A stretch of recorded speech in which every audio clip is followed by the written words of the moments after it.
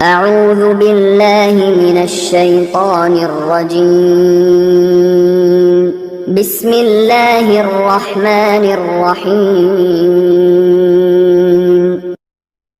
السلام عليكم ورحمة الله وبركاته. الحمد لله والصلاة والسلام على نبينا محمد رسول الله صلى الله عليه وسلم. أعوذ بالله من الشيطان الرجيم بسم الله الرحمن الرحيم. والله غني وأنتم الفقراء. புகழ்ச்சியும் எல்லாம் அல்ல அல்லாஹ் ஒருவனுக்கே. அல்லாஹ்வின் சாந்தியும் சமாதானமும் முஹம்மது ரசூலுல்லாஹி ஸல்லல்லாஹு அலைஹி வஸல்லம் அவர்கள் மீதும் அவர்களை பின்பற்றி வாழ்ந்த உத்தம சத்திய சஹாபாக்கள், தாபிஈன்கள், தபஅ தாபிஈன்கள், உலக முஸ்லிம்கள், முஸ்லிம்கள், நம் முன்னோர்கள், நம் சந்ததிகள், குறிப்பாக நம் அனைவர்கள் மீதும் என்றென்றும் உண்டாவதாக. கண்ணியத்திற்குரியவர்களே, அல்லாஹ் ரப்பல் ஆலமீன் குர்ஆனின் ஒரு இடத்தில் இப்படி சொல்கிறான், வல்லாஹு கனியுன், அல்லாஹ் தேவையற்றவன், வ அன்துமுல் ஃபுகரா, நீங்கள் அனைவரும் தேவை உடையவர்கள் என்பதாக அல்லாஹ் தஆலா நமக்கு சொல்கிறார். உண்மையிலேயே அல்லாஹ் மட்டும்தான் தேவையற்றவன். அல்லாஹ்வை தவிர்த்து மனிதனாக இருந்தாலும் மற்ற ஏனைய படைப்புகளாக இருந்தாலும் அனைத்துமே அல்லாஹ்விடத்தில் தேவையாக கூடியதாகத்தான் இருக்கிறது என்பதில் எந்த சந்தேகமும் இல்லை. நிலத்தில் இருக்கக்கூடிய அனைத்தும், நீரில் கடலில் இருக்கக்கூடிய அனைத்தும், வானில் இருக்கின்ற அனைத்தும், மலக்குகள் உட்பட ரப்பிடத்திலே தேவையாக கூடியதாகத்தான் இருக்கிறது. மனிதனுக்கென்று பல தேவைகள் உண்டு. அவனுக்கு பசி உண்டு, அதனால் உணவு தேவை. தாகம் உண்டு, அதனால் தண்ணீர் தேவை. அவனுக்கு நாணம், வெட்கம் உண்டு, அதனால் அவனுக்கு ஆடைகள் தேவை. ஒதுங்குவதற்கு இடம் தேவை, வீடுகள் தேவை. இப்படி இன்னும் பல தேவைகள் மனிதனை சுற்றி இருப்பது போல் ஏனைய படைப்புகளுக்கும் அதன் உடலுக்கு ஏற்ப, இடத்திற்கு ஏற்ப தேவைகள் என்பது இருந்து கொண்டுதான் இருக்கிறது. அதை மறுக்க யாராலும் முடியாது. மனிதனை விட சிறந்த ஒரு படைப்பு உலகத்தில் எதுவுமே இல்லை. மனிதன் மனிதனாக வாழ்வானையானார். ஏனென்றால் அவன்தான் அல்லாஹ்வுடைய பிரதிநிதி என்று குர்ஆன் நமக்கு எடுத்துச் சொல்கிறது. மனிதன் உண்மை முஃமினாக, முஸ்லிமாக, இறையச்சமுடையவனாக அவன் தன்னுடைய வாழ்க்கையை நபியினுடைய வாழ்க்கையை போல கணிப்பானையானால் இந்த மனிதனை விட சிறந்தவன் எவரும் இல்லை. மனிதன் மண்ணால் படைக்கப்பட்டவன், மலக்குமார்கள் ஒளியால் படைக்கப்பட்டவர்கள். ஒளியால் படைக்கப்பட்ட மாணவர்களாக இருந்தாலும் அவர்களுக்கென்று பல தேவைகள் இருக்கத்தான் செய்கிறது. மனிதனை போல உணவு தேவை அவர்களுக்கு இல்லை. ஒன்றை உண்டால் செரிக்கக்கூடிய உறுப்புகள் மாணவர்களுக்கு இல்லை. அவர்கள் ஒளியால் படைக்கப்பட்டவர்கள். அப்படி இருந்தும் கூட முஹம்மது ரசூலுல்லாஹி ஸல்லல்லாஹு அலைஹி வஸல்லம் அவர்கள் சொல்வார்கள், மலக்குமார்களுக்கான உணவு என்பது சுப்ஹானல்லாஹ், அல்ஹம்துலில்லாஹ், அல்லாஹு அக்பர், லா இலாஹ இல்லல்லாஹ் என்று அவர்கள் சொல்லுகின்ற அந்த வார்த்தை இருக்கிறது, அதுதான் மாணவர்களுக்கான உணவு என்றார்கள் முஹம்மது ரசூலுல்லாஹி ஸல்லல்லாஹு அலைஹி வஸல்லம். அன்பானவர்களே, இப்படி ஏனைய எல்லா படைப்புகளும் ரப்பிடத்திலே தேவையாக கூடியதாகத்தான் இருக்கிறது. அப்படித்தான் எல்லா படைப்புகளையும் அல்லாஹ் அமைத்திருக்கிறான். காரணம், வல்லாஹு கனிய், அல்லாஹ் மட்டும்தான் தேவையற்றவன். அல்லாஹ் தவிர்த்து அனைத்தும் தேவை உடையதாக இருக்கிறது. அதிலும் குறிப்பாக மனிதன் பல தேவைகள் உடையவனாக இருக்கிறார்.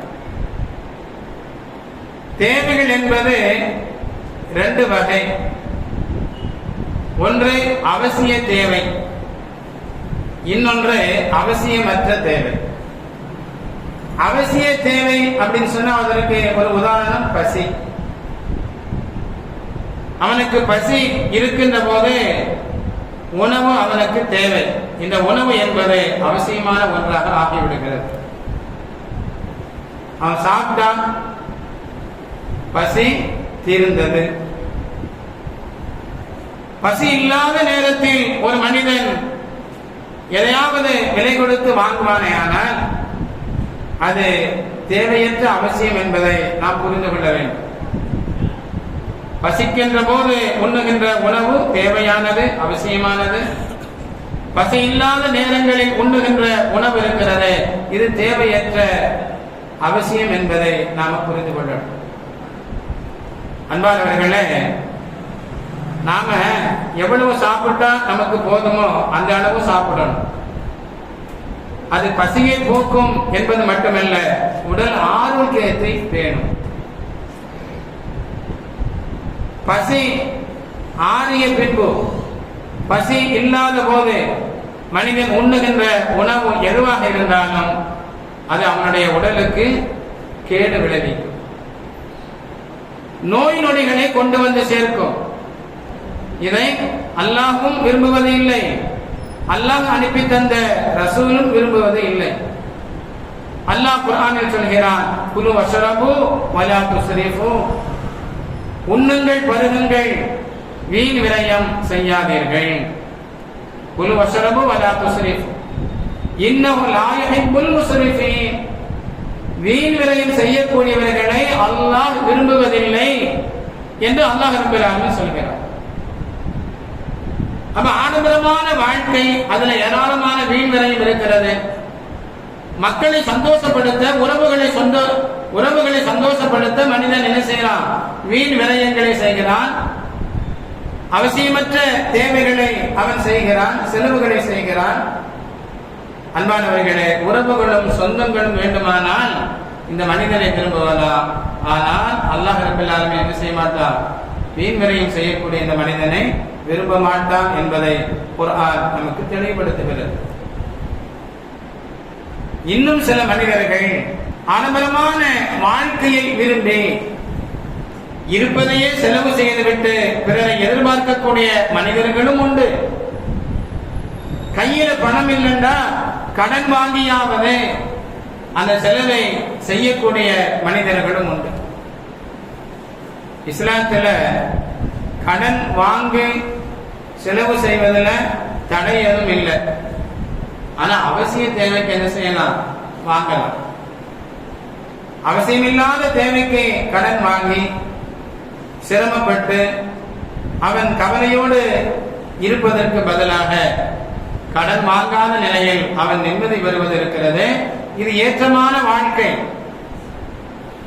இஸ்லாம் கடன் வாங்கக்கூடாது என்று சொல்லவில்லை, ஆனால் எதற்காக வாங்க வேண்டும், அதை எப்படி வாங்க வேண்டும் என்பதை நமக்கு வழிகாட்டி இருக்கிறது.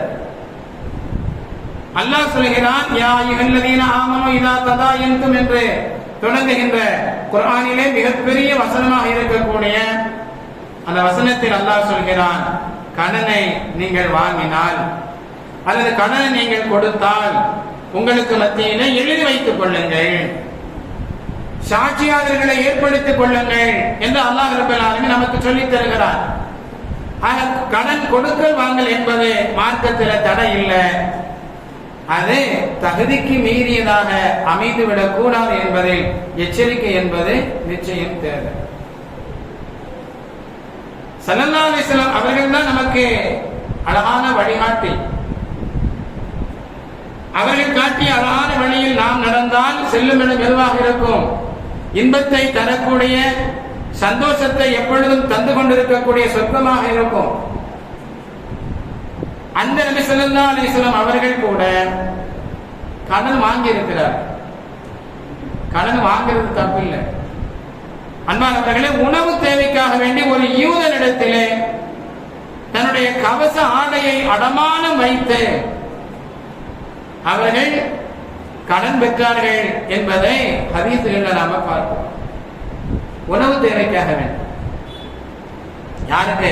சொர்க்கத்தின் தலைவர் முஹம்மது ரசூலுல்லாஹி ஸல்லல்லாஹு அலைஹி வஸல்லம் அவர்கள் நமக்கெல்லாம் வழிகாட்டி, அவர்கள் அவ்வளவு சிரமத்தில் இருந்து அந்த நிலையை அடைந்தது நமக்கு வழிகாட்டுதலாக இருக்கிறது. அப்ப பசிக்குது அப்படின்னு சொன்னா நம்மிடத்தில் இருக்கக்கூடிய ஒரு பொருளை அடமானம் வைத்து காசு பணத்தை என்ன செய்யலாம் அல்லது உணவுகளை வாங்கிக் கொள்ளலாம் என்பதை அல்லாஹ் தஆலா நபியின் வாழ்க்கையின் மூலமாக நமக்கு வழிகாட்டுகிறார். ஆடம்பரமான தேவைக்காக வேண்டி நாம என்ன செய்யக்கூடாது? தன்னுடைய பொருளை அடமானம் வைக்கக்கூடாது. அன்பானவர்களே, ஆடம்பரமான வாழ்க்கை அது நமக்கு தேவையில்லை. அதிலிருந்து நாம் தவிர்ந்து வாழணும். அல்லாஹும் அல்லாஹ்வுடைய ரசூலும் அதை நமக்கு வழிகாட்டி இருக்கிறார். இஸ்லாத்துல சிறந்த செயல் எது என்பது ஸல்லல்லாஹு அலைஹி வஸல்லம் அவர்கள் ஏராளமான விஷயங்களை நமக்கு எடுத்து தருவார்கள். இஸ்லாத்தில் சிறந்த விஷயங்கள் எது? அதுல மிக முக்கியமானது விருந்து உபசரிப்பு. விருந்து உபசரிப்பு என்பது முஃமின்களிடத்தில் இருக்க வேண்டிய ஒரு அழகான ஒரு பண்பு. இஸ்லாம் வரவேற்கிறது என்பது மட்டுமல்ல, அதை ஊக்கப்படுத்துகிறது. ஸல்லல்லாஹு அலைஹி வஸல்லம் அவர்கள் சொல்கிறார்கள், நீங்கள் விருந்து உபசரிப்பு செய்யக்கூடிய அந்த நேரத்தில் கூட கடன் வாங்கி சிரமப்பட்டு நீங்க என்ன செய்ய வேண்டாம்? அந்த விருந்து உபச்சாரம் செய்ய வேண்டாம். அது ஸல்லல்லாஹு அலைஹி வஸல்லம் அவர்கள் தடுத்தார்கள் என்பதை சல்மான் ஃபாரிஸி ரலியல்லாஹு தஆலா அவர்கள் நமக்கு எடுத்து சொல்கிறார். நம்ம வீட்டுக்கு 4 பேர் விருந்தாளியா வந்தாங்க அப்படின்னா இருப்பது சிறந்ததை கொடுக்கலாம், இல்ல அப்படின்னு சொன்னா இருப்பதை என்ன செய்யலாம்? கொடுக்கலாம். அப்ப விருந்தாளியாக நாம ஒரு வீட்டுக்கு போனோம் அப்படின்னு சொன்னா அவங்களுடைய குடும்ப சூழ்நிலைய நாம தெரிந்து போகணும். அவர்களிடத்தில் இருப்பதை நமக்கு முன்னால் வைத்தால், பரிமாறினால், முகம் சுழிக்காமல் மகிழ்ச்சியாக நாம என்ன செய்யணும்? அதை ஏற்றுக்கொள்ளணும். இதை இஸ்லாம் நமக்கு வழிகாட்டுகிறது. விருந்தாளிக்கு விருந்து கொடுக்கும் விஷயமாக இருந்தாலும், விருந்தாளியாக நாம் செல்லக்கூடிய விஷயமாக இருந்தாலும், ஒருவர் மற்றவருடைய சூழலை புரிந்து வாழணும் என்பதை முஹம்மது ரசூலுல்லாஹி ஸல்லல்லாஹு அலைஹி வஸல்லம் அவர்கள் நமக்கு சொல்றாங்க. நீங்கள் விருந்தளிக்கும் விஷயத்தில் கூட கடன் வாங்கி சிரமப்பட்டு கஷ்டப்பட்ட நிலையில் அவர்களுக்கு விருந்து உபகாரம் செய்ய வேண்டாம் அப்படின்னு சொல்லி ஸல்லல்லாஹு அலைஹி வஸல்லம் அவர்கள் தடை செய்தார்கள் என்பதை ஹதீஸ்களில் நாம பார்க்கிறோம். ஏன் அப்படின்னு சொன்னா, இந்த கடன் பிரச்சனை இருக்கிறது, அது நம்முடைய உள்ளத்தில் இருக்கக்கூடிய நிம்மதியை பறித்து விட்டு மனபாரத்தை, கவலையை உள்ளத்தில் ஏற்படுத்தி விடும். தர்மம் செய்வதாக இருந்தாலும் தனக்கு போக தான தர்மம் என்று சொல்வார்களே, அந்த வார்த்தையை நாம் நினைவில் கொள்ளணும். எல்லாவற்றையும் கொடுத்து விட்டு நீ பிறரை எதிர்பார்த்து வாழ் என்று மார்க்கம் சொல்லவே இல்லை. உனக்கும் ஒரு கண்ணியமான வாழ்க்கை தேவை.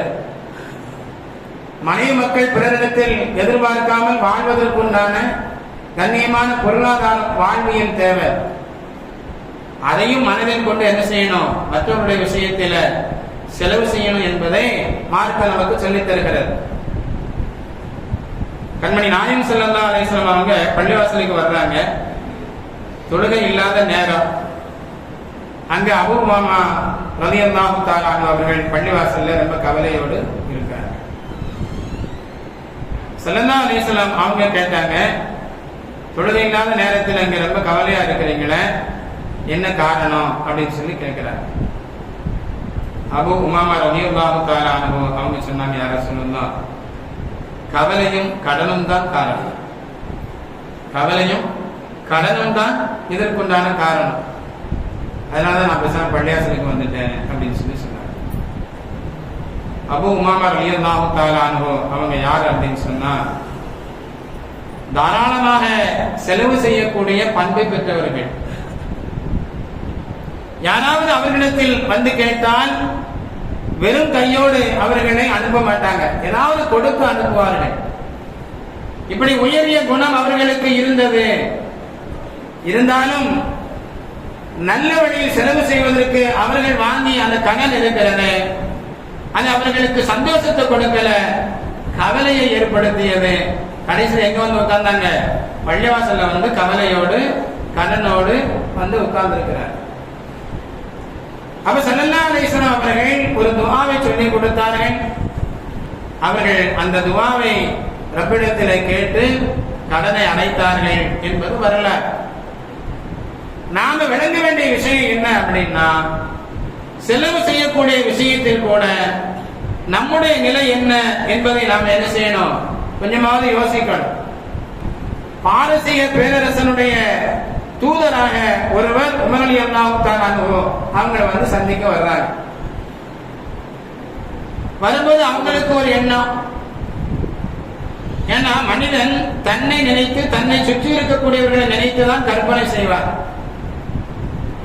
பாரசீகத்தில் மன்னர்கள் எப்படி இருப்பாங்க, அவர்கள் இருக்கும் இடம் எப்படி இருக்கும், அவர்கள் தங்கும் இடம் எப்படி இருக்கும், அவர்கள் தூங்கும் இடம் எப்படி இருக்கும் அப்படின்னு சொல்லி ஒரு கண்ணோட்டம் அவங்களுக்கு இருந்துச்சு.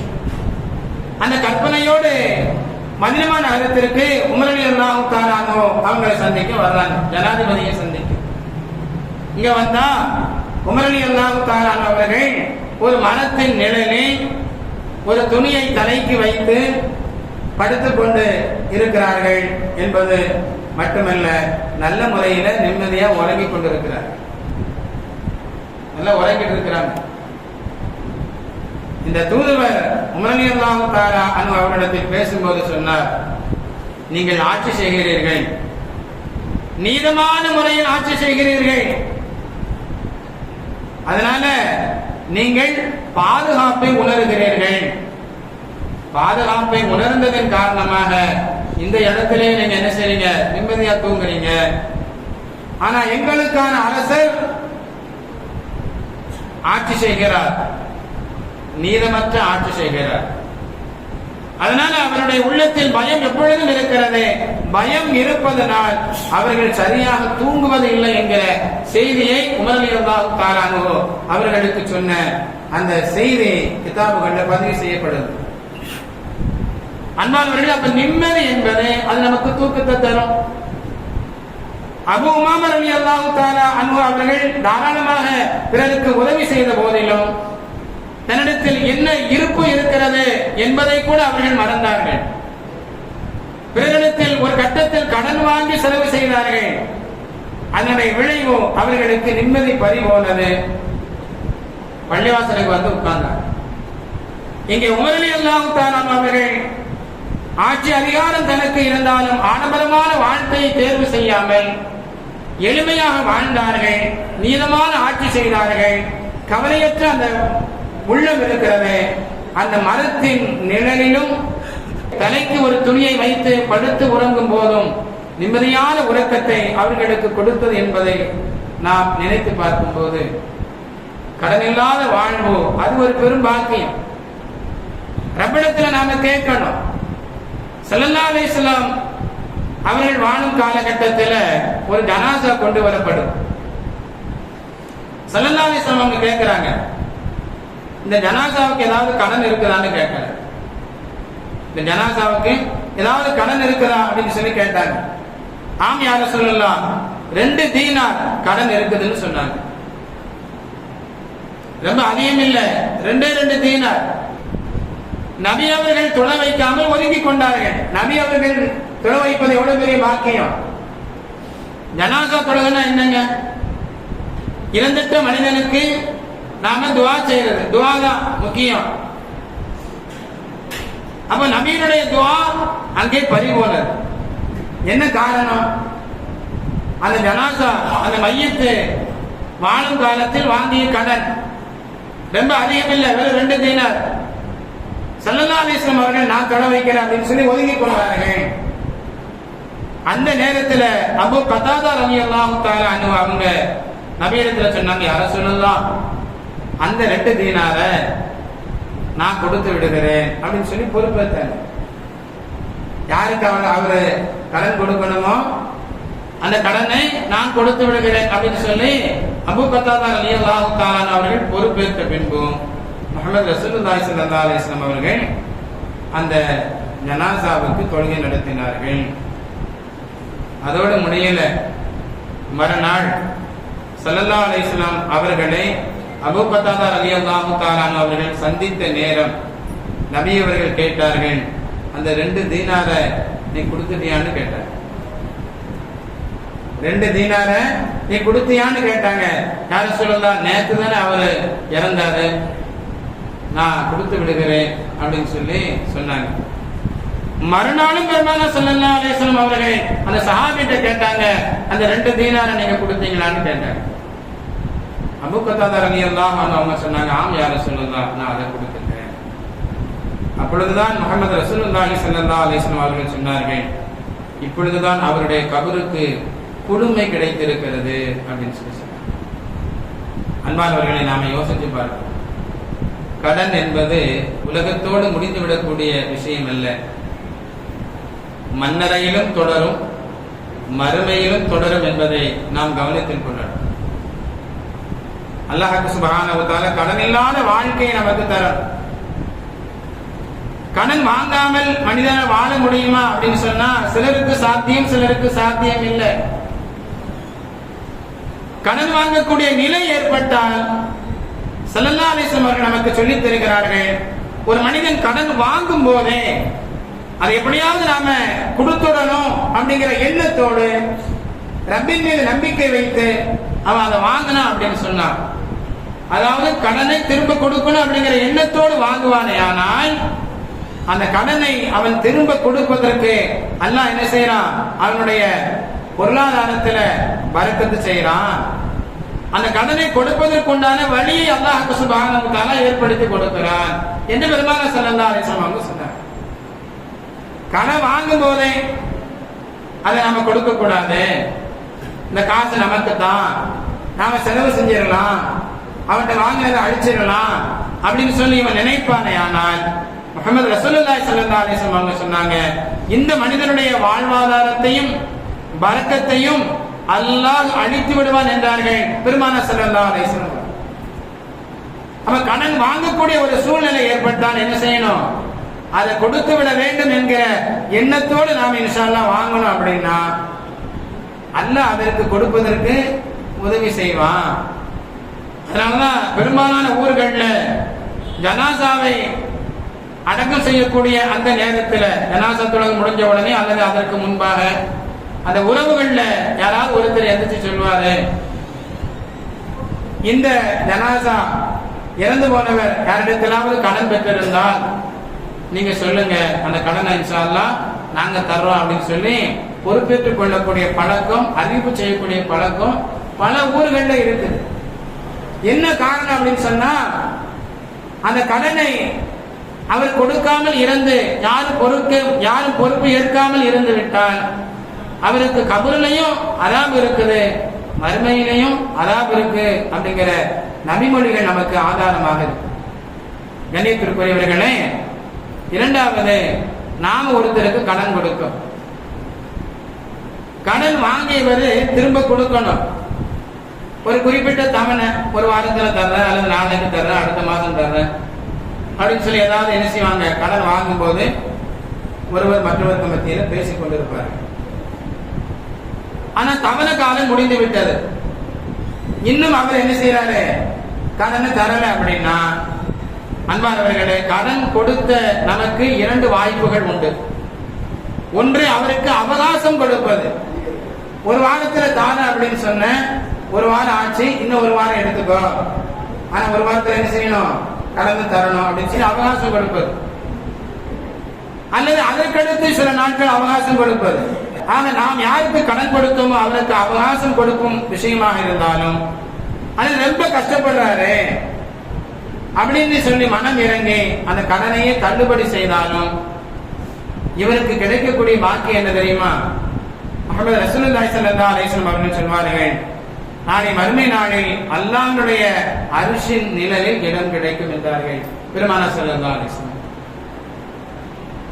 அது 10 ரூபாய் கடனா இருந்தாலும் சரி, லட்ச ரூபாய் கடனா இருந்தாலும் சரி, அவகாசம் கொடுக்கக்கூடிய மனிதனுக்கும் அந்த கடனை நீ தர வேண்டாம், ரொம்ப கஷ்டப்படுற அப்படின்னு சொல்லி தள்ளுபடி செய்யக்கூடிய மனிதனுக்கும் நாளை மறுமையில் எந்த நிழலும் இல்லாத அந்த நாளில் அல்லாஹ்வுடைய அரிசி நிழல் மட்டும்தான் இருக்கும். அந்த நாளில் அல்லாஹ் ரப்பல் ஆலமீன் தன்னுடைய அரிசின் நிழலில் அந்த அடியானுக்கு இடம் கொடுப்பான் என்று முஹம்மது ரசூலுல்லாஹி ஸல்லல்லாஹு அலைஹி வஸல்லம் அவர்கள் நமக்கு சொல்லித் தரார். நாம் யாருக்காவது கடன் கொடுத்திருந்தா இன்ஷா அல்லாஹ் நாம என்ன செய்யணும், முடிந்த அளவு இது மாதிரி உபகாரங்களை நாம செய்யணும். அபூ கத்தாதா ரலியல்லாஹு தஆலா அன்ஹு அவங்க ஒரு மனிதனுக்கு கடன் கொடுத்தாங்க. எப்பொழுதெல்லாம் கொடுத்த கடனை கேட்பதற்காக வீட்டுக்கு போறாங்களோ அந்த நேரத்தில் அந்த மனிதர் ஒளிந்து கொள்வார். இப்படி பல முறை நடந்தது. அப்ப ஒரு நாள் பொழுது அந்த வீட்டுக்கு போறாங்க. வீட்டுல போனா அந்த மனிதர் ஒளிந்து கொள்கிறார். அப்ப சத்தம் போட்டு கூப்பிடுறாங்க. அவருடைய மகன் வெளியே வர்றாரு. கேட்கிறாங்க, உங்க தகப்பனார் எங்க? அவர் வீட்டுக்குள்ள சாப்பிட்டுக்கிட்டு இருக்காரு, அவரை கூப்பிடுங்க அப்படின்னு சொல்லி அவர்கிட்ட பேசுறாங்க. யாரு பேசுறா? கடன் கொடுத்த அபூ கத்தாதா ரலியல்லாஹு தஆலா அன்ஹு பேசுறாங்க.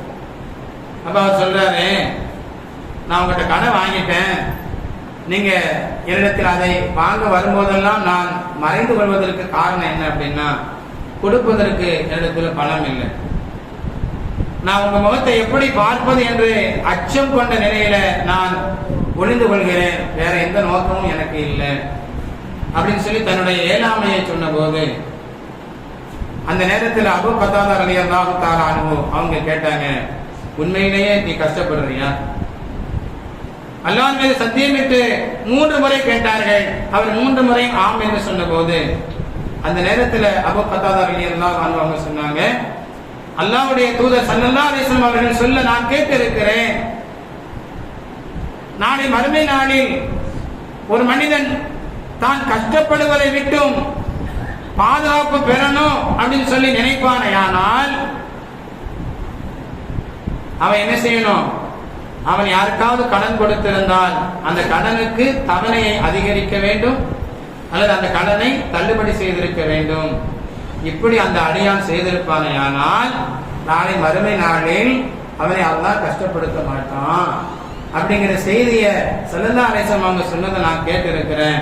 இதோ இப்பொழுதே உன்னுடைய கடனை, நீ எனக்கு தர வேண்டிய காசை நான் தள்ளுபடி செய்யறேன் அப்படின்னு சொல்லி அவர்கள் எழுதி கொண்ட அந்த ஆவணத்தை, ஒப்பந்தத்தை கிழித்து போட்டார்கள் என்பதை ஹதீஸ்களில் பார்க்கிறோம். அன்பானவர்களே, அது கடன் கொடுக்கல் வாங்கல் என்பது நம்முடைய வாழ்க்கையில் பல கட்டங்களில் தவிர்க்க முடியாத விஷயங்களாக இருக்கலாம். ஆனால் அதே நேரத்தில் கடனை கொடுக்கும் விஷயத்தில் எச்சரிக்கை வேண்டும். அல்லாஹ் சுப்ஹானஹு வ தஆலா இறைவன் காட்டிய அழகான வழியில், இறை தூதர் காட்டிய அழகான வழியில் நாம் எல்லாம் நடப்பதற்கு எனக்கும் உங்களுக்கும் உலக முஸ்லிம்கள் முஸ்லிம்கள் சந்ததிகள் அனைவர்களுக்கும் அல்லாஹ் அருள் புரிவானாக. ஆமீன் ஆமீன் யா ரப்பல் ஆலமீன். அஸ்ஸலாமு அலைக்கும் வ ரஹ்மத்துல்லாஹி தஆலா.